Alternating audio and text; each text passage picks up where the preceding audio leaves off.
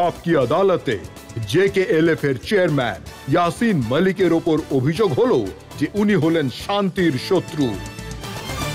ইয়াসিন জি, নরেন্দ্র মোদী যখন prime minister হলেন, উনি নওয়াজ শরীফকে হিন্দুস্তানে আমন্ত্রণ জানালেন। উনি নিজের তরফ থেকে একটা শান্তির পথ, পিস প্রসেস শুরু করেছিলেন।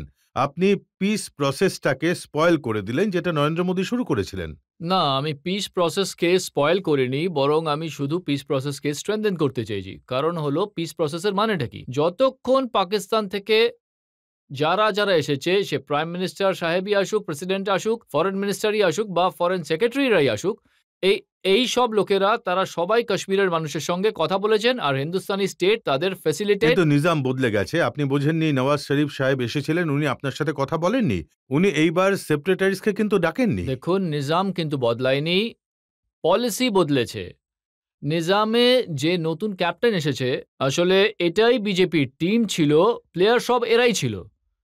কিন্তু ওনারা কাশ্মীরিদের সঙ্গে কথাও বলেছেন, ওনারা পাকিস্তানিদের সঙ্গেও কথা বলেছেন, আর খোলাখুলি বলেছেন যে আমরা কাশ্মীর নিয়ে কথা বলছি।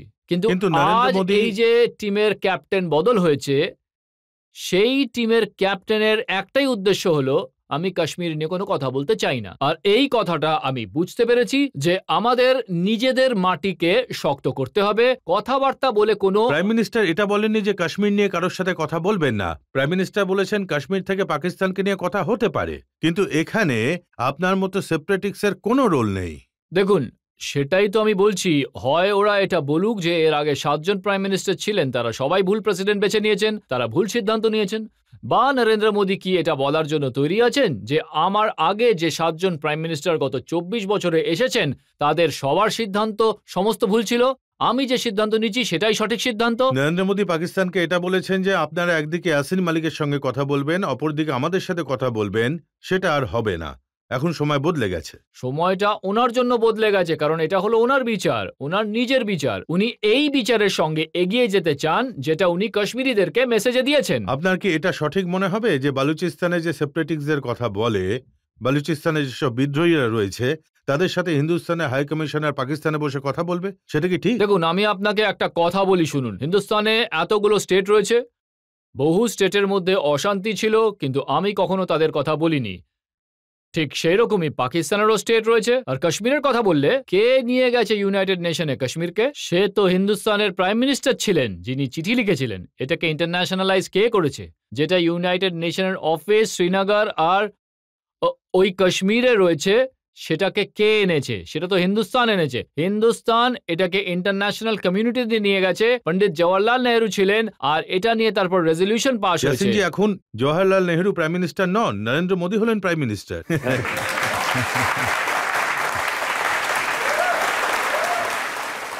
দেখুন, নরেন্দ্র মোদী বাবু হলেন প্রাইম মিনিস্টার, ওনাকে জনগণ বেছে নিয়েছেন, এতে আমার কোনো সমস্যা নেই। কিন্তু আমি আপনাকে একটা কথা বলতে চাই, নরেন্দ্র মোদী বাবু যিনি রয়েছেন, নরেন্দ্র মোদী বাবুর একটাই সিদ্ধান্ত রয়েছে যে ওনাকে হার্ড লাইন দিতে হবে। আর আমরা কাশ্মীরিরা তার জন্য তৈরি রয়েছি, আর আমরা নিজেদের জন্য হার্ড লাইন নিতে হবে না। উনি বলেন যে পাকিস্তানকে লাভ লেটার লেখাটা বন্ধ করতে হবে।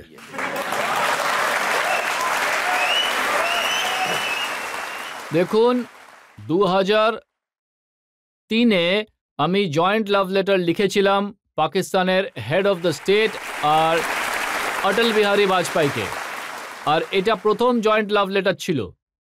তারপর অটল বিহারী বাজপেয়ী একটা আর্টিকেল লিখেছিলেন, আর উনি এটা লিখেছিলেন, we should ignore beaten tracts and find out new innovative ways to resolve over Kashmir issue. উনিও এই কথাটা বলেছেন যে আমার কাশ্মীর সমস্যা। কখনো নেহেরুজির কথা বলেন, কখনো বাজপেয়ীজির কথা বলেন, আপনি এটা কেন ভুলে যাচ্ছেন যে এই সময় একজন বলিষ্ঠ মানুষ ভারতের প্রাইম মিনিস্টার? আমি এটাই বলতে চাইছি যে আজ এখানে না নেহেরু আছে, না অটল বিহারী বাজপেয়ী আছে, আজ এখানে নরেন্দ্র মোদী আছেন। আর নরেন্দ্র মোদীর হয়তো এটা মনে হয় যে উনি একটা শক্ত লাইন টেনে আমাদের কাশ্মীরকে শেষ করে দিতে পারবেন।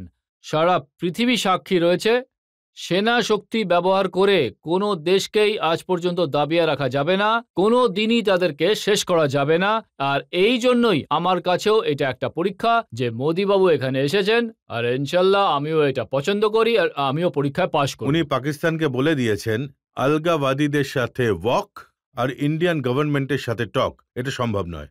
হয় আমার কিন্তু সাথে কথা নরেন্দ্র বলুন, মোদি- নয় ইয়াসিন মালিকের সাথে কথা বলুন। দেখুন, নরেন্দ্র মোদিজিকে আমিও একটা মেসেজ দিতে চাই যে আমরাও হলাম পাগল প্রেমিক, তাই উনি যদি জুলুম করতে চান তাহলে মন দিয়ে করুক। আমি তো শুধু এটাই বলবো, इधर आ सितमगर तू हुनर आजमा, मैं तुम तीर आजमाओ मैं जिगर आजमाऊं।